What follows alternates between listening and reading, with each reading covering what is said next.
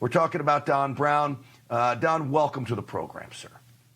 Rick, thanks for having me. I agree with you on Tillis, and it is a great day for freedom. Looking forward to chatting with you about it this evening. All right. You were a U.S. attorney, correct? Special Assistant U.S. Attorney. I wasn't the U.S. Attorney, but yes, I was in the U.S. Attorney's Office in San Diego and have seen a little bit of the inside of this stuff myself. All right. What do you make of today's ruling and how the left had weaponized just a very few handful of district courts? Well, weaponized is absolutely correct. I mean, if you go back to 2017, one of President Trump's first executive orders was a travel ban. You may remember that. He signed that in January. By February, there was this district judge in Washington, James Robart, who signed an order deeming it unconstitutional. That was followed up by Derek Watson in Hawaii. That case went to the Ninth Circuit. They upheld the liberal judges. Finally, in June of 2018, 1 year and 4 months later, the Supreme Court reversed the district court and the Court of Appeals and reinstated the travel ban. But Grant, in that 1 year and 4 months, you have all kinds of people coming in from these Sharia countries, which the president had a right under the Immigration Act to ban anyway. So that's an example of how ridiculous this is. The court in this case looked at the Judiciary Act of 1787, the very first Judiciary Act, where Congress created these district courts, and concluded that it does not give the power for nationwide injunctions, period. But I'll go farther than that. If you go back and look at Federalist 78, it was written by Alexander Hamilton. You know, when they were trying to persuade the states to adopt the Constitution, one of the greatest fears was out-of-control judges. And in Federalist 78, they tried to persuade the states to adopt the Constitution and ratify it. Alexander Hamilton made 3 points. Number one, he said the judiciary is by far to be the weakest branch of government. So the notion of co-equal branches of government is a constitutional fiction.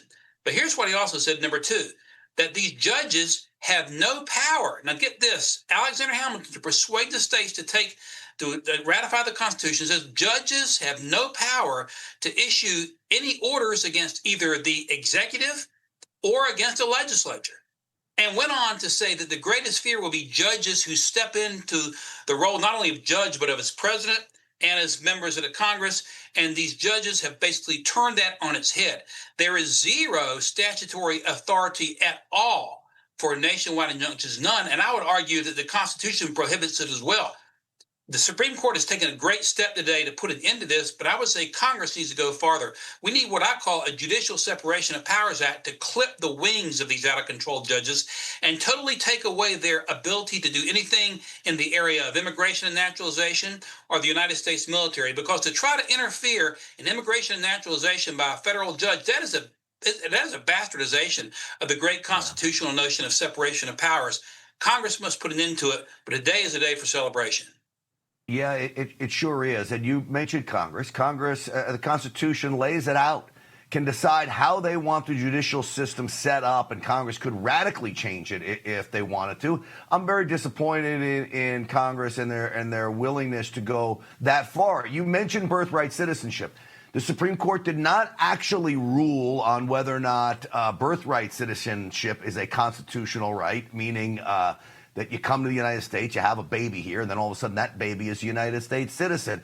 I'm going to play a clip from the Illinois Attorney General, and then I'd like your response to what he has to say about this. Roll it, guys. It highlights just a blatant disregard for the Constitution. What I mean by that is the language is so clear in the 14th Amendment that the president would start with disregarding an amendment with such clear language that you are a citizen of the United States if you're born here and subject to its law.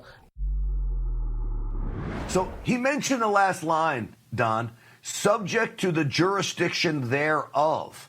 Now, they wouldn't put that line in if they just said if you were born here or naturalized in the United States and subject to the jurisdiction. You don't need that line if they're talking about everybody should just be a citizen when they're born here. Correct. And so I'm glad Illinois Attorney General is like most Democrat politicians in Illinois. He doesn't know his head from anything else.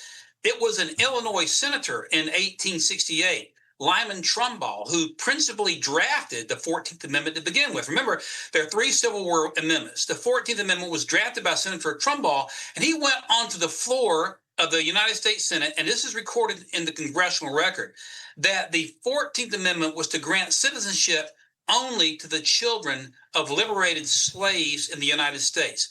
And those slaves have been liberated by the 13th Amendment and now were subject to the jurisdiction of the United States and thus became citizens. That is the author of the 14th Amendment, saying it applied only initially to slaves. In 1898, there was a case called Kim Wong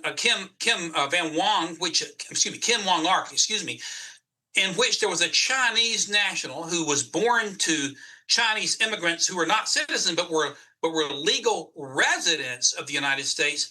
The court said, well, he has birthright citizenship, but that was then extrapolated to kids born who were totally illegal parents. And the Democrats have pushed this notion. And so the president's executive order was going to correct that. That's what they sued about. This court did not address that today, as you pointed out. It's going to have to be addressed, but the author of the 14th Amendment said it only applied to the children of slaves who had been granted citizenship. So the Illinois Attorney General should study a little history from his own state. Yeah. Well, my guess is Tom Tillis couldn't have done what you just did there, laying out all these legal cases, Don Brown. And we appreciate you coming on the program. I want to get you back real soon, and then let's talk about, just how MAGA you are, what you can bring to the United States Senate, and how you can do a better job than Tom Tillis. We'll do that next time. Don Brown, thank you for coming on, all right? We wish you luck. Thank you, God. God bless you, Grant. Talk to you soon.